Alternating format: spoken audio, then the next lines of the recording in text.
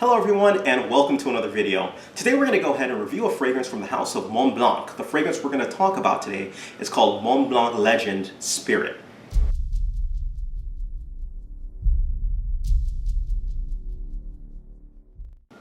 Now this fragrance was released this year in 2016. It comes in two main sizes. It comes in a 1.7 and a 3.3. The 1.7 is going to run you about $65 retail, and the 3.3 is going to run you roughly $85 retail. So it's pretty much online with a lot of the designer fragrances that you're going to find out there. Now, the fragrance's bottle is nothing to write home about. I've never really liked the Montblanc design. In fact, that's probably one of the reasons that I was so late to the show, because I'm one of those people who gets visually attracted to fragrances based off of how the bottle looks. I have been known to just go after fragrances just because I think the bottle looks good.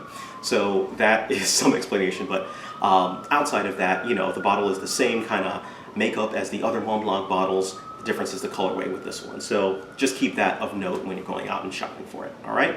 So with that, let's just go dive right into the actual fragrance itself.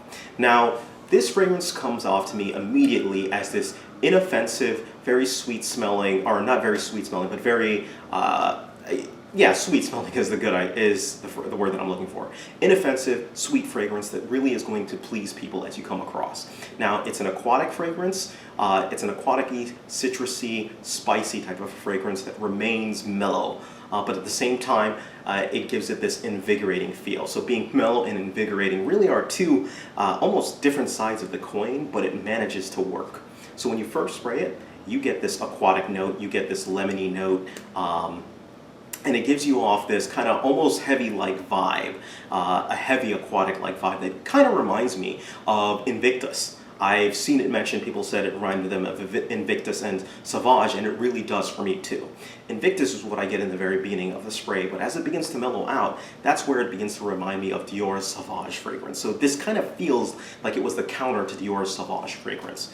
Now, as the fragrance kind of mellows out, you start to get a little bit more of the spices. That lavender in this fragrance is absolutely smooth, and it just, I think that's what's giving it that relaxing quality, while at the same time, the spices are giving it this invigorating, this uplifting kind of feel to the fragrance that really present a nice, two sides of the coin dichotomy to there. So it's just absolutely fantastic in that regard.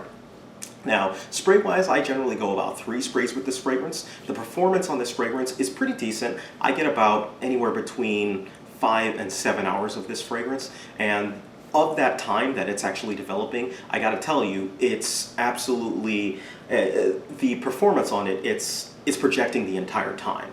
People are smelling you, it's leaving a nice little sillage trail, so that 5 to 7 hours is spent, it's a really good 5 to 7 hours, and it's not like it's slouching or anything like that. So despite the fact that I like to have these fragrances last a little bit longer, I do kind of understand, because it is that citrusy kind of base to the fragrance that make it come off. Now, the final thing that is in the fragrance is that musk note. Now, musk and I don't get along, but this one, it works. It works, and that's all I gotta say about it. Now, season-wise, I think this is a good fragrance for any, you can wear year-round, and I think it's a fragrance that for the occasion, any occasion you can wear it through. So class, you can wear it to work, you can wear it on a date, you can wear it as your everyday fragrance. This is a highly versatile fragrance that you can wear in almost any scenario that you can really think of. So definitely, this is a highly versatile fragrance. In that regard. Compliment-wise, this is not going to offend people. Like I said, this is a very inoffensive fragrance, but at the same time, it's a compliment getter. This is a fragrance that is going to garner compliments when people kind of come across you and, they smell it, they catch that sillage. They're gonna like this fragrance, they're gonna love this fragrance. When I had other people smell it, they were very positive of this fragrance, loved it. Some people wanted to go out and actually get the actual scent themselves. So very positive in that regard. All right, so if I'm going to go ahead and give this fragrance a rating, using my new rating system, everyone, I give this fragrance a 4 out of 5. Now, let's go over the categories. First, we've got our scent, right? For scent, it gets a perfect 1 star out of that. It's an excellent scent, no qualms with it.